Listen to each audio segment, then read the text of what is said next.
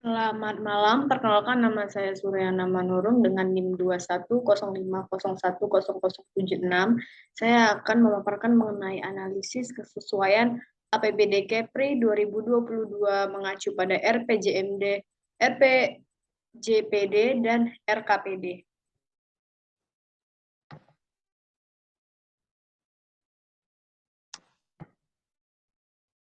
Yang pertama, apa itu RPJMD?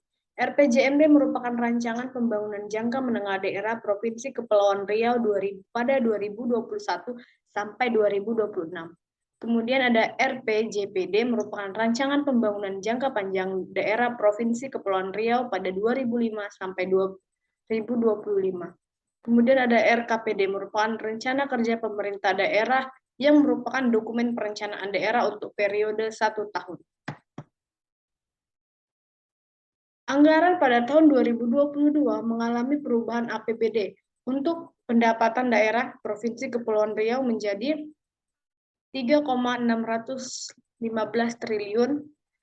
Kenaikan anggaran dinilai wajar karena pemerintah Provinsi Kepulauan Riau memang berfokus untuk membiayai beberapa urusan pemerintahan, terutama dalam beberapa bidang yang dianggap paling penting seperti pendidikan, kesehatan, infrastruktur, dan pengawasan.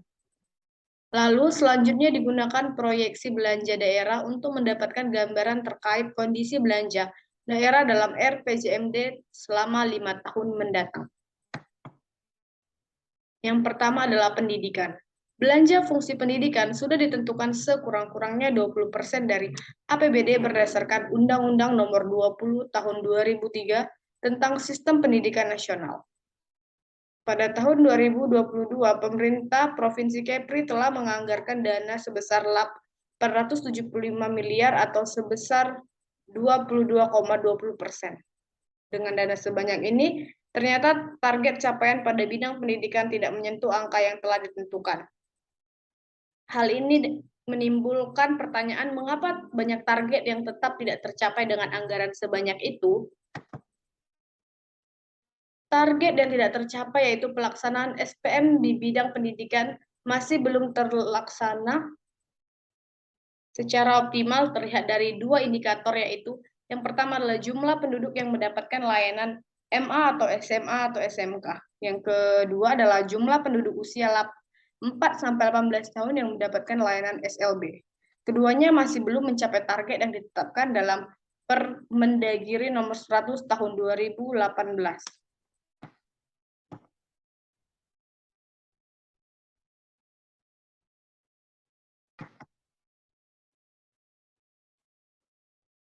Kemudian penyebabnya yaitu RPJMD Provinsi Kepulauan Riau pada tahun 2016 sampai 2026 belum memperdomani Peraturan Menteri Pendidikan dan Kebudayaan Nomor 32 Tahun 2018 tentang Standar Teknisi Pelayanan Maksimal Pendidikan. Sehingga penganggaran kegiatan pendukung SPM secara spesifik belum dapat dimuat dalam dokumen perencanaan baik itu Renstra atau Rencana Strategis maupun RKPD tahun 2020.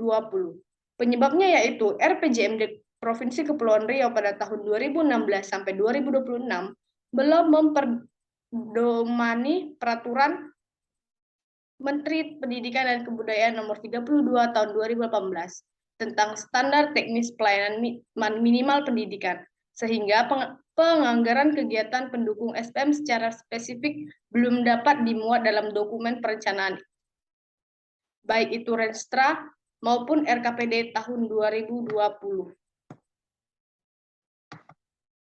Baiklah, sekianlah pemaparan singkat dari saya. Terlebih terkurang saya mohon maaf.